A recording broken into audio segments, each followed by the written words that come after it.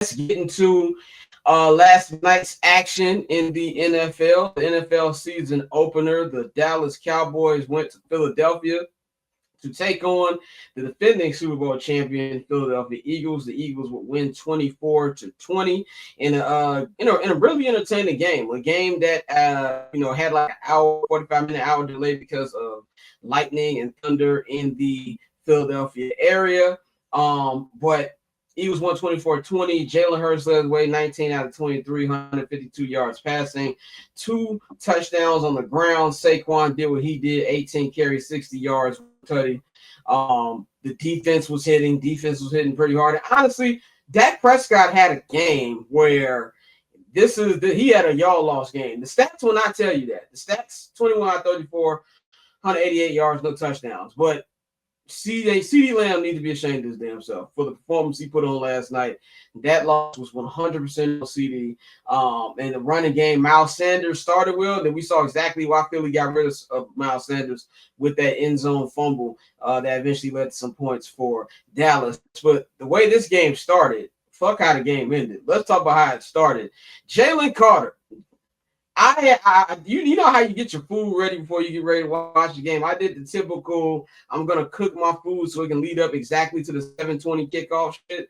So I'm all sitting there getting ready to eat my food, watch the game, and I seen somebody get hurt and carted out, and I seen one of the best defensive tackles in football get ejected within the first 10 seconds of the game, and we saw that he spit on Dak Prescott. Now, about an hour and a half later, when the second half started, NBC dropped some footage and showed that Dak was instigating a little bit, spitting at the floor. Now, for those of you Eagles fans, we all know Eagles fans aren't the most trustworthy people on planet Earth.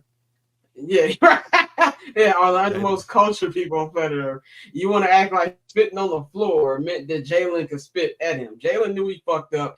Jalen said it himself afterwards. But that was good rage bait right there for Dak Prescott. Now, for me, I was like, and then niggas started fighting. I was like, this is how you start an NFC East game. This is how you start the NFL season. A lot of people was like, oh, well, this is why Ryan Poles. I made a joke about it, but I like my defensive ends and defensive tackles were a little bit crazy on. Yeah, the joke is real. That's how I like mine. Exactly. Yeah. Charles Haley almost beat up Jerry Jones. 7 Super Bowl championships. I don't care. You know what I'm saying? Ray Lewis. Y'all know. 2-time Super Bowl champion. Alonzo Spellman. Look at Alonzo Spellman. Hey, we could be here all day. Watch him out about Ray Lewis. That's all legend, okay? That's a man of God. What did Kanye say? He said, I'm not going to say, that's all I'm saying about Ray Lewis. But, yeah, man, so for me, man, this was a blown opportunity for the Dallas Cowboys. This is an opportunity to beat the division rival early in the season. You know, these games always go down to the end of the year, especially in this division, and to stake your claim in and say, okay, we're going to play a lot better. As much as I like to make fun of Matt Eberflus and his defense, I've lived through that bullshit for 3 years. He actually made adjustments in the second half. And the game was a lot closer, but CeeDee Lamb has got to catch those balls. And that's just it's a bad loss. It's a bad loss for Dallas. Now, I want to get to the Philly side of things. Corey, we were talking about Jalen right before the Super Bowl. We was like, well, who is Jalen Hurts? And I'm still trying to find the answer for that. It finally hit me yesterday.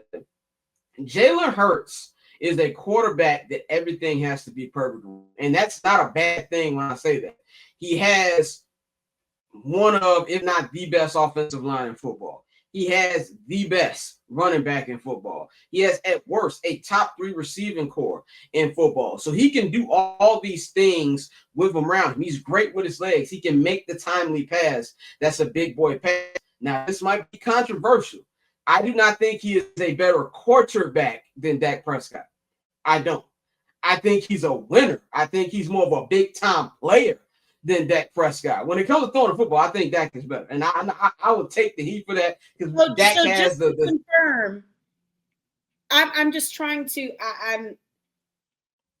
I guess I don't understand, because isn't that part of being a quarterback, or at least a better overall quarterback, is the one's ability to use their legs? Let me marinate it a little more for you. Okay. If you switch situations, I don't believe Jalen does better than Dak in that Cowboys situation. If you put Dak with Philadelphia, I think he can do what Jalen does. That's my personal opinion. I don't think it's controversial because we have a way that we look at Dak. And fair, Dak ain't won shit. And Dak and every Cowboys quarterback not named Troy Aikman has had hilarious endings in playoff games. Courtney, let me get my point out. Go ahead. No, let me get my point out. And that's what I think. I think Jalen is a winner. That's not a bad thing. I think Jalen's also a top 10 quarterback. I think he's 6. If I had to rank the top 10 right now, I'm putting Jalen at 6. I think the top 4 obviously is the Fantastic Four. Whatever order you got them after Pat, Lamar, Burrow, Allen. That's the Fantastic Four in the NFL. Everybody else is after them. 5. When back is healthy, I got Stafford there. But I put Jalen right under there. But that's what works for this team. But I think that Dak is the better passer of the football. And I just think that Jalen is a big-time player. He's a winner, and that's what they're going to do to win the game. But I just think that's the difference between the two quarterbacks, in my opinion. But the Eagles, and they're supposed to do champions, find a way to win. They got to go to Arrowhead next week, Super Bowl rematch. You do as much as you try to do to win. So that's all I really got to say about the Eagles. But go ahead, man. I was because you directed this to Courtney, so I'm gonna direct this to Courtney because this is how I feel. I feel like the same quarterback. I don't see much of a difference between the two. I see a difference in the team. I do believe that if you put Hurts on the Cowboys and you put Dak Prescott on the Eagles, it would be different for both quarterbacks. That's because what those quarterbacks got around them. If you put Dak on Philly, he has one of the best running backs in the league. You have a great wide receiver situation, which he already has, and you also have a better offensive line.